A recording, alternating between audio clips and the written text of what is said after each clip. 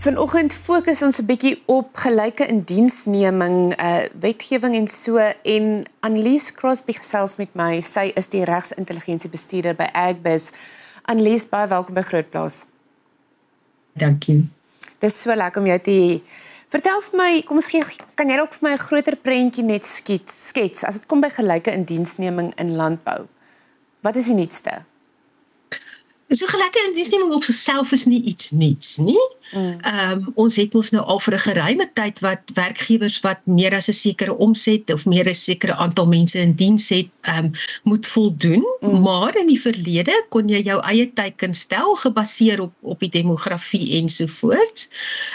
Maar nou het die wet verander nou onlangs en daar het ook 'n stel regulasies ingekom wat veral twee dinge teweegbring. Die eerste is dat die definisie van 'n aangewese werkgewer het verander. So die omset speel nie nou meer 'n rol nie, slegs die hoeveelheid werknemers wat jy in diens het. So die persone wat geaffekteer gaan word, wat gaan moet voldoen aan die wetgewing, is enige werkgewer wat meer as 50 mense in diens het. In die tweede plek is daar nou teikens ingebring per sektor deur die minister waaraan daar voldoen moet word. So dit is nie meer 'n geval van dat werkgewers hulle eie teikens kan stel nie, maar daar is ministeriële teikens waaraan voldoen moet word en daardie teikens is ongelukkig vanuit ons oogpunt in elk geval onrealisties vir die meeste werkgewers. Hoekom sê julle dis onrealisties? Veral in landbou. Ons het projeksies gaan doen. Ons het vir ons lede gevra om vir ons te kom sê hoe lyk hulle indiensneming op die oomblik en wat is realisties haalbaar, want dis net 'n 5 jaar tydperk waarvan 'n mens praat. So dis eintlik nogal kort. En dit wat ons teruggekry het, jy weet, het daarop aangedui dat die syfers waarvan die minister nou praat wat nou in die Staatskoerant gepubliseer is nie haalbaar in 'n 5 jaar tydperk vir die absolute meerderheid van die besighede nie. En ons het dit vir die departement gesê. In die konsultasies het ons al goed vir hulle beskikbaar gestel. Die landbou is ook uniek in 'n klomp opsigte. Daar's sekere dinge wat dit vir die landbousektor moeiliker maak, omdat baie van ons besighede en ons boere almal in die landelike gebied sit, waar dit talent nie so maklik is om te gaan werf ensovoorts nie. Vertel vir my, watter verweere kan 'n werkgewer aanvoer vir nie voldoening aan hierdie teikens? Ja, so daai verweere is baie belangrik, want as jy nou jou 5 jaar plan opstel, in jaar 5 moet jy die teikens reflekteer wat die minister gestel het. As jy nie daai teikens haal nie, dan is jou enigste verskoning wat kan verhoed dat jy boetes en goed op die lyf kan loop, is as jy een van hierdie 6 gronde van regverdiging kan opper, en jy moet dit natuurlik nie net opper nie, jy moet dit kan staaf en jy moet dit kan bewys. So die eerste een gaan oor onvoldoende werwingsgeleenthede. As die werkplek byvoorbeeld nie 'n baie groot begroting het vir werwing nie, of hulle het vreeslik gespesialiseerde behoeftes na spesialisvaardighede ensovoorts, en dan kon nie daai mense gaan werf nie. Die tweede ene is as daar beperkte bevorderingsmoontlikhede binne daai spesifieke werkplek is. Die derde ene is 'n tekort van gekwalifiseerde kandidaate om daai posisies te vul, en ek dink dit is een van die wat in die landbou 'n groot rol gaan speel, om veral professionele lui te kry om na van die kleinere dorpe en stede te kom waar daar beperkte geleenthede is vir hulle en hulle families is nie maklik nie. Dan as daar 'n samesmelting of 'n besigheidsoordrag of so was wat die besigheid self geaffekteer het, dan kan dit moontlik 'n grond van regverdiging wees. As daar een of ander wetlike of regulatoriese struikelblok is die besigheid dalk in 'n hofsaak betrokke is, of daar's 'n hofbevel van 'n aard gewees wat hulle beperk het en wat vir hulle moontlik was, dan kan dit 'n grond wees. En dan die laaste ene is spesifieke finansiële beperkings of finansiële uitdagings wat in die besigheid bestaan. So dit is redelik 'n wye tipe van gronde, maar soos ek sê, jy kan bewys as jy een van daai gronde aanvoer waarop presies jy jou regverdiging baseer. Annelies, hou vir my daai gedagte. Ek het vroeër met AgriHawk gesels en kom ons hoor 'n bietjie hoe hulle met hulle hommeltuie en tegnologie die landbousektor oorneem. AgriHawk, 'n voetspoor op die platteland.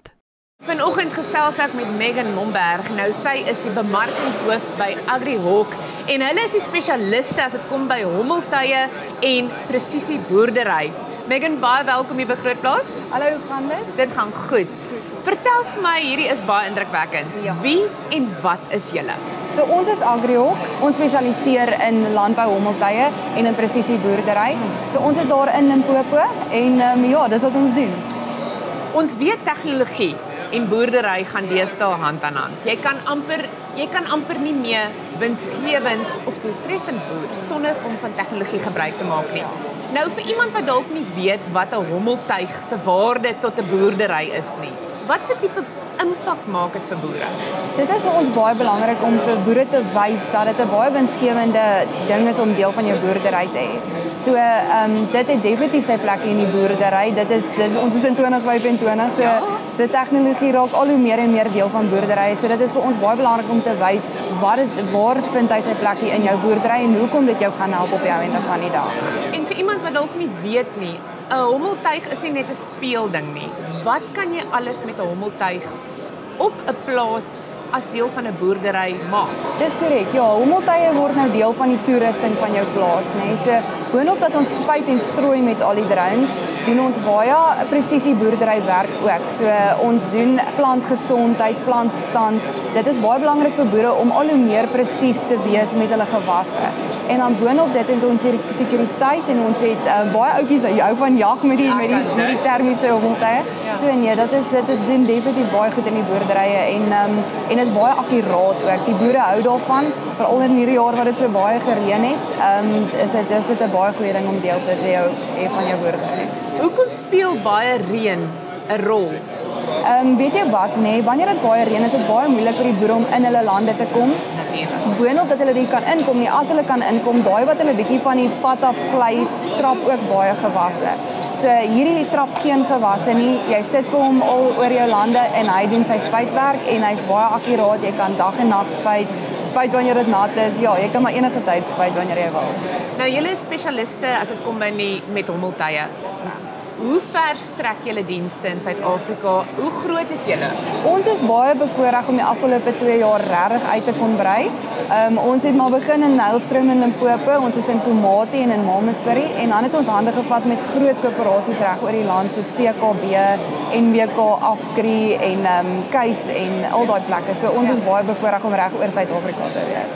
En sal jy sê, kan julle sien dat die aanvraag vir hommeltuie van boere se kant af om 'n deel van hulle boerderye te maak, tel dit op? Definitief.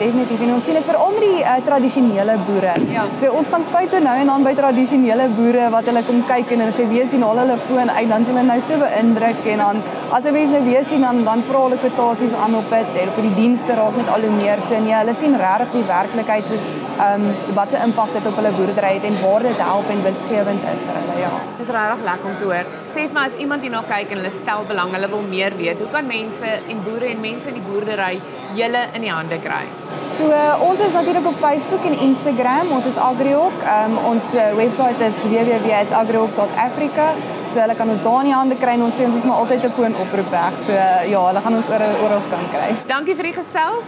Dit is dan nou Megan Momberg en sy is bemarkingshoof by AgriHawk en hulle is jou spesialiste as dit kom by hommeltuie en presisie boerdery. AgriHawk, 'n voetspoor op die platteland. Ek gesels steeds met Annelies Crosby en sy is die regsintelligensiebestuurder by Agbus. Ons praat 'n bietjie oor indiensneming in landbou. Annelies, ek dink mens praat nou van hierdie mens sien 'n paar probleme en julle sien 'n paar probleme wat voorlê. Waaroor presies is julle en julle lede bekommerd? Ja, so uit die aard van die saak oor die feit dat daardie teikens nie realisties is nie en dat dit dan nou lede onder baie druk gaan plaas en dat hulle gaan waarskynlik moet gee wat geld spandeer om konsultante in te kry om te kom help want dit is baie tegnies nogal om hierdie berekenings en goeders te doen om by daai planne uit te kom en om die ekonomies aktiewe bevolking in ag te neem ensovoorts. dan nou verder oor die gebrekkige konsultasieproses wat daar was. Dit is baie jammer. Ons is van mening dat dit wat ons op die tafel gesit het nie na behore in ag geneem is by die instel van daai teikens nie. So dit is, ons probeer nog steeds saam met Boesa en ander organisasies om dit aangespreek te kry, maar dit maak dat die teiken self uit lyn uit is. En dan soos ek sê, landbou het hierdie baie spesifieke uitdagings in baie besighede is daar nie 'n groot omset nie, omset van personeel nie, jy weet, mense is geneig om lank in die landbou te bly, daar's baie dikwels nie baie senior posisies nie, dis moeilik om hierdie mense, veral die professionele mense, te kry om daar te kom werk ensovoorts.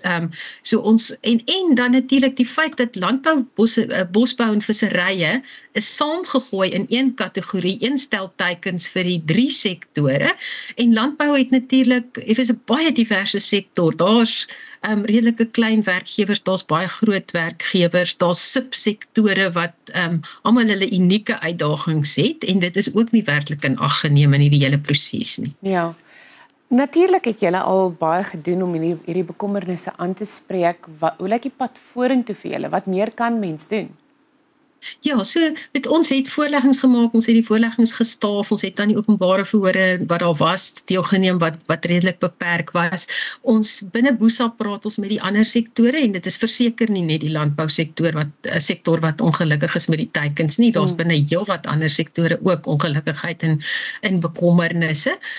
En daar is van hulle en ander organisasies ook wat litigasie oorweeg op hierdie stadium in tyd.